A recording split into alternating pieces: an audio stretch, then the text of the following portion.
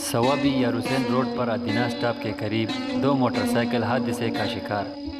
हादसे के नतीजे में दो मर्द समेत दो खवातीन शदीद जख्मी। रेस्को 11 कंट्रोल रूम को इत्तला मौसूल होते ही रेस्को 11 की 3 एम्बुलेंस के साथ मेडिकल टीम मौका पर पहुंचकर जख्मियों को इब्तदाई तिब्बी इमदाद फराहम करते हुए यार हुसैन अस्पताल मुंतकिल कर दिया, जहां पर डॉक्टरों ने चारों अफराद की मौत की तस्दीक कर दी।